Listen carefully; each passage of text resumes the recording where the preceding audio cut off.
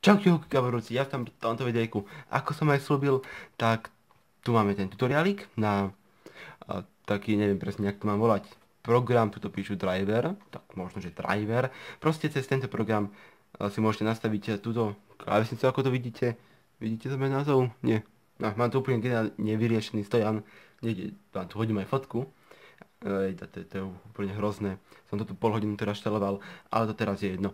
Tu vidíte napísané, že Reels MK Pro a tuto dole, čo nevidíte ešte, tu dole je napísané ešte Rocket.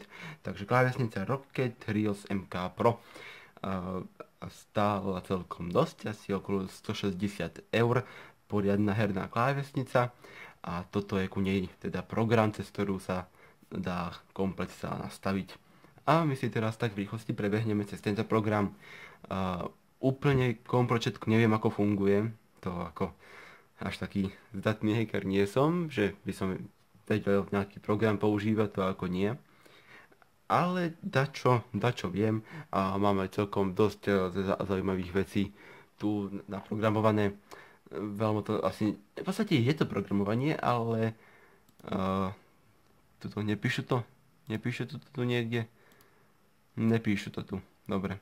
Makra, jasne, namakrované klávesnice, nie naprogramované, aj keď nejaký ten štýl programovania to v podstate asi je. Začíname hneď, ako pustíme túto aplikáciu, tá sa dá ešte veľmi ľahko spustiť rovno tlačítkom na klávesnici, tak sa to pustí a je to tu rozdelené do neviem koľkých, 5 do 5 položiek, z toho tieto posledné dve vôbec neviem čo znamenajú, tak riešime len tieto 3 tu. Ešte ako si môžete všimnúť, tak na každej z týchto strán je tento riadok tu dole rovnaký, kde si ďalej môžete nastavovať profily, takže pre každý tento profil sú všetky tieto nastavenia iné. Takže keď si všetko nastavíte na jeden profil napríklad, ako ja mám teraz tento prvý profil, nemám ho pomenovaný, ale možno ho premenujem niekedy, tak to je taký štandardný profil, aspoň ja to tak mám nastavené, normálne na prácu, všetko, easy shift mám aktivovaný, to za chvíľku poviem, čo to znamená. Druhý mód, to máme na hry. Moment. Tak, teraz. Inak tu sa dajú ešte tie módy. Módy sa tu dajú tie prepínať. Doľava módy a módy doprava. Ako môžete vidieť, tak sa mení aj klávesnica a rovno sa aj tu prehadzujú. Tak, keď si dáme tento druhý mód, tak vidíte, na kraji mi tieto tlačítka zhasli. Prečo som si v tomto hernom režime vypol tieto dve tlačítka. Keď hráte hru a nechcete tam stačíte, tak sa vám pustí prehliadač a to nie je asi nič príjemné. Takže teraz je to vypnuté a na týchto dvoch klávesách mám nastavenú funkciu toho Easy Shiftu a na tlačítku Easy Shift mám nastavený klasický kapsluk. Ideme hneď ku prvej položke. Tá, ako vidíme tu, a to je presne ten Easy Shift. Keď sa pozrieme na možnosti, tak tu máme štandardnú, to je klasický kapsluk, alebo možnosť Easy Shift, alebo takisto Easy Shift, ešte asi nejakou možnosťou k tomu. Vysvetlím ten Easy Shift, až keď budeme troška ďalej, konkrétne tu vedľa. Pozrieme sa teraz na toto, jasne, toto máme FN-ko, tu keď sa pozrieme na klávesnici, klávesa FN, a tu si môžeme nastaviť buď ako klávesu FN, alebo ako práve tlačítko Windows. Takže my si to teraz nastavíme a funguje to ako tlačítko Windows. Nechám to na FN, tlačítko Windows nepoužívam skoro vôbec, a kebyže ho potrebujem, tak je to na druhej strane. Tu máme teraz tlačítko FN, tak keď zatlačíme, tak sa nám tuto zaktivujú druhé možnosti týchto vrchných kláves, čo sú tu. Keď sa pozrieme ďalej, tak neviem, či som tomuto úplne správne pochopil. Myslím, že som tomu pochopil. Môžete ma inak ako opraviť v komentároch, ak som tomu pochopil zle. Je to nastavenie Windows tlačítka. Takže ak tomu dobre chápem, teda kedy má byť to Windows tlačítko aktívne, možno asi neviem. Proste v tomto druhom hernom režime mám tieto tu. Mám to tu proste vypnuté pre istotu. Netestoval som to, ale podľa toho, čo si myslím, tak to znamená, že sa to Windows tlačítko zamkne alebo obmedzí sa aspoň funkčnosti toho tlačítka, aby ste si z nejakej hry kvôli tomu tlačítku tej hry nevyskočili. Tu si môžete nastavovať intenzitu podsvietenia klávesnice, tá sa dá nastavovať aj tu cez FN a toto slniečko tu sa dá krásne regulovať podsvietenie tej klávesnice ešte raz. Nie, už som to vypol, takto je to asi na max. Keď ideme tuto nižšie, tak toto momentálne neviem čo je, možno že časom na to prídem, ako v priebehu tohto videa si spomeniem na to, čo to je. A toto dole, keď sa pozrieme na to, tak je to proste nejaký feedback, na ktorý som nejak neprišiel veľmi, ako to funguje. Skúšal som to, ale buď to nefunguje, alebo asi to funguje, ale neviem nejak, ako to má, čo to má robiť, ako to fungovať. Ale veľmi ako feedback nepotrebujem z tej klávesnice, ten je dosť silný, ako aj keď je tak na minime, v podstate je to vypnuté, tak to úplne neviem, čo znamená, ale asi to pre mňa nie je extrémne potrebné. Tu si inak môžete ešte resetovať všetky nastavenia, kebyže tam niečo pokašľate. Čo sa stať môže, ja som to už takrat využil tú možnosť. Prepneme sa tuto do druhej zložky, do druhej možnosti a tu už vidíme celú peknú klávesnicu. Vidíme ju pekne. Môžeme si tu krásne naklikať hociaké tlačítkom a veľmi jednoducho si ho aj naprogramovať. Zasa som zabudol, jak sa tomu vraví.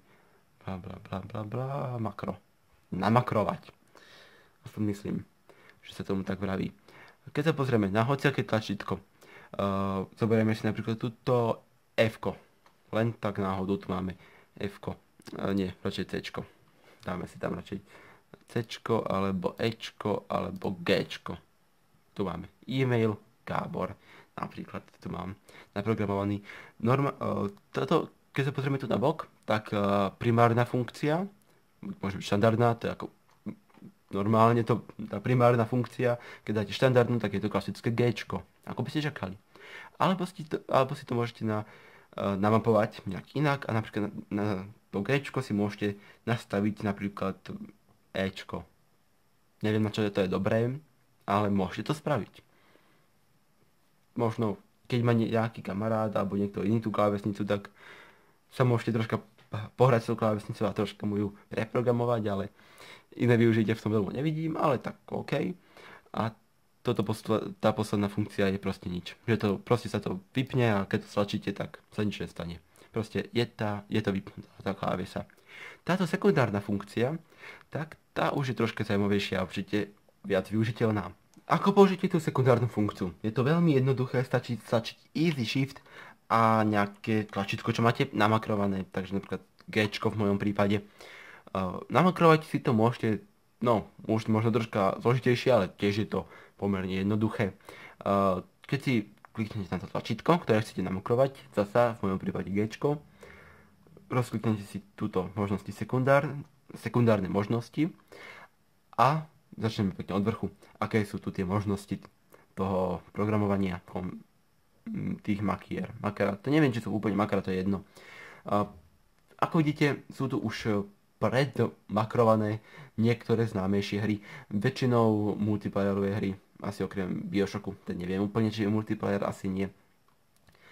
A keď si pozrieme napríklad Counter-Strike, tak či to ako nakupovanie vecí, granáty, nožík, bomba a tak ďalej, rovno aj kupovanie nejakých zbraní, si to môžete namakrovať.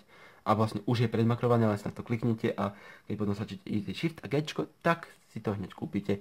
Myslím si, že je to ako naozaj veľmi pekná funkcia takto. Keď sa pozrieme ďalej, tak sú tu potom aj možnosti konfigurácie, neviem, či úplne to bolo správne slovo, pletí sa mi troška jazyčok, ponáhľam sa. Proste nejaké tie normálne, nie hry, ale nejaké iné aplikácie sa tu môžete naprogramovať, ako je Skype, TeamSpeak, Safari, tu máme Photoshop, napríklad to vyzerá zaujímavo. Toto si asi aj spravím, keď tak pozerám. No, to si asi aj potom nejaký ten profil tuto konfigurujem presne pre Photoshop, keď tak teraz rozmýšľam. Teraz si ukážeme, ako si aj nejaký ten text namakrovať. Zvolíme si tuto písmeno H, dáme si nové makro, tak tuto si dáme, vybereme si makro a až. Teraz si dáme nové makro a už si tam niečo napíšeme, takže nejaký názov si tam dáme, napríklad QVERT. Taký pekný názov. To je iba názov. Toto nemá s tým nič spoločné. Až teraz začíname programovať, alebo teda vytvárať makro. Dáme si, tu si môžeme ešte, áno, tak môžeme si ešte zvoliť, či sa má počítať aj čas medzi tie písmená. Teda ak aj treba stačiť nejaké písmená v určitom čase, že to nie je hneď naraz všetko, tak aj to sa tu dá pekne nastaviť. Ale my si teraz dáme bez toho, aby sa ten čas počítal. A nejaký taký pekný text. Takže napríklad teraz dáme si G a B R. Napísali sme pekne Gábor, dáme ako stop natáčať. Tak keď rozmýšľam, môžeme si to aj premenovať na Gábora. Tak. OK. A teraz si to ešte musíme na tom háčku zvoliť, takže si to rozklikneme háčko, sekundárnu funkciu. Ideme do týchto makier. Vybereme makro 1 a tú položku Gábor. Tuto ešte skúsim ako uložiť pre istotu, neviem, či sa to hneď započítalo. Teraz si otvoríme napríklad túto prehliadač. A hneď ako si teraz ťukneme na Easy Shift a háčko už nám tu pekne aj svieti. Ťukneme, tak aj to napísame, môžeme medzerník, začneme a môžeme si to písať do aleluja. Ako tak, ako môžete vidieť. A takto tu mám aj viac toho, napríklad e-mail. Teraz som tam sa urobila bodka, neviem prečo. A už sa nespravila. Asi som zatlačil popri tom. A takto si tu môžete hociaké aj kódy dlhé vypisovať. A tak ďalej. Proste veľa vecí si tu môžete takto naprogramovať a nemusíte nejaké dlhé veci vypisovať sami. Ak ale nevypisujete žiadne takéto dlhé texty, tak má to viac funkcií. Napríklad, ako som vravel, tuto mám Shift nastavený, že keď ako druhú sekundárnu funkciu tam mám nastavené caps, ako teda kapsulk. To funguje tak, znova otvoríme si prehľadač. Teraz, keď píšem, normálne, primárne sa píšu malé písmená. Keď zatlačím k tomu Shift a niečo píšem, tak sa zrazu píšu veľké písmená. To je pravdou všetkým jasné. Caps Lock funguje tak, že keď ho zatlačíte, tak stále sa píšu veľké písmená, ktoré sa teraz ale nepíšu, čiže funkciu Caps Lock tu na tejto klávesnici nahradila práve funkcia ten Easy Shift. Takže Caps Lock tu teraz není. Tak ako si nastavíte, aby sa non-stop písali veľké písmená? Ja to tu mám tak nastavené, že stačí stlačiť Easy Shift a obyčajný Shift. A už nám tu pekne svieti kontrolka, že píšeme stále veľké písmená. A rovnakým spôsobom si tu môžeme aj vypnúť a znova píšeme malé písmená. Jasne, je to možno, že tak troška ako zložitejšie na zapamätanie všetky tieto makrá a hovadiny, ale to používať nemusíte, potom ale stráca celkom zmysel celé tej klávesnici, ak to nechcete používať. To je veľká výhoda tejto klávesnici. Rovnako tu mám naprogramované aj medzerník s autom. Ako vidíte, tak toto je zatvorenie okna a toto je skrytie a znovu objavenie okna, ktoré sa nastavuje niekde sa nastavuje. A tu v tomto a Windows funkcie a tu sa to nastavuje. Takže vyskúšame to, hodíme si, dáme si Easy Shift a medzerník a to sa nám skrie. A teraz opačne. Funguje to rovnako, aj keď teraz dám Easy Shift a Alt, tak sa nám toto nezavrie, lebo na toto nefunguje. Skúsime toto na prehliadač, Easy Shift Alt, vypol sa. Skúsime to na plochu.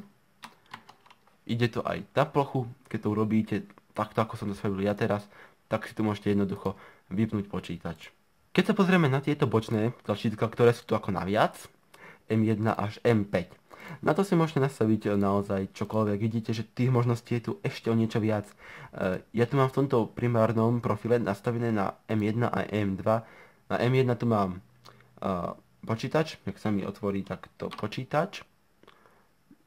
Nech sa mi objaví takto počítač. Výborne. Chvíľku to tomu trvalo. Keď tak pozerám, tak to bude asi tým, že tam dochádza miesto. Alebo nahrávame teraz na C. A na M2 máme otvorenie prehliadača, ako vidíte. A tu potom ďalej máme znižovanie a pridávanie hlasitosti a, pauznutie videa. Keď sa pozrieme na tieto tlačítka tu dole, tak ako si môžete všimnúť, tak aha, aj tu máme napríklad nastavený rovno capsuk ako sekundárnu funkciu. Tu máme zasa otvorenie e-mailu, to som ja nenastavoval, to tam už bolo. Ale teraz ma zaujímajú tu tieto hlavné funkcie, takže prepínanie profilov na týchto spodných klávesách a stredné je otvorenie driveu, takže budeme to volať driver. Môžete si tu ešte nastaviť Quick Launch, kde si môžete nastaviť nejaký súbor, ktorý sa má jednoducho spustiť, takže aplikácia napríklad na písmenu G cez Easy Shift si môžete nastaviť GTAčko. Začnite Easy Shift G a pustí sa vám. To je ale nádheračak. A vrhneme sa na poslednú položku, ktorá viem čo ako znamená, a to je na programovanie podsvietenia, ktoré tu je celkom ako zaujímavé, len jednofarebné, modré, škoda. Keď sa pozrieme na nejakú tú hociakú klávesu, napríklad 2TVčko, hneď si tu môžeme nastaviť, či má byť podsvietenie zapnuté alebo vypnuté, alebo či má blikať. Ukáž, to si môžeme vyskúšať rovno. Bliká. Nádhera. Neviem úplne na čo to je dobré, ale blikalo to. A rovno si tu môžeme nastaviť aj ešte nejaké skvelé efekty. Ako ideme tu, tak tu sú rovno prednastavené nejaké tlačítka, napríklad, že majú svietiť všetky, alebo iba A, B, C, D, QR a tak ďalej. A vidíte, čo mám ja zapnuté, napríklad na hernom režime mám takisto všetko, na tomto takisto všetko, na tomto mám iba niektoré, ako vidíte, ako to má svietiť. Toto je taký herný režim, povedzme. A teraz, ale ten veľmi nepoužívam, skôr používam tento druhý herný, kde mi svieti celá klávesnica. Je to také stále, som zvyknutý na to, že mi proste celá má svietiť, nie iba nejaká časť. Z nejakého neznámeho dôvodu sa nám vonku rozvidnelo, tak zoberiem mobil do ruky a pozrieme sa na to bližšie, lebo nevidno to, veľmi, že to svieti teraz. Tak dáme si tento posledný režim, kde mám nastavený taký celkom pekný efekt, aj keď asi zbytočný. Ale pozrieme si ho. Mám zapnutý teda ten efekt a stlačíme nejaké tlačítko. Ako vidíte, tak sa to tak po celej klávese aj sem, aj tuto bliklo a prebehne to až na druhú stranu. A potom tu máme ešte tento druhý efekt, ktorý keď si zapneme, tak ako môžeme vidieť, tak klávesa sa rozsvieti, až keď na ňu ťukneme. Je to celkom zbytočné, lebo asi potrebujeme vedieť, na akú klávesu ideme stlačiť. Keď ju už zatlačíme, tak úplne zasvietiť nemusí, ale tak zasa pre efekt. No a to bude pre toto videjko asi všetko, takže ak sa vám páčilo, hoďte like, napíšte nejaký komentár a tešíme sa zasa na ďalšie videjka. Ja sa s vami lúčim, dajte si feláka a sayonara.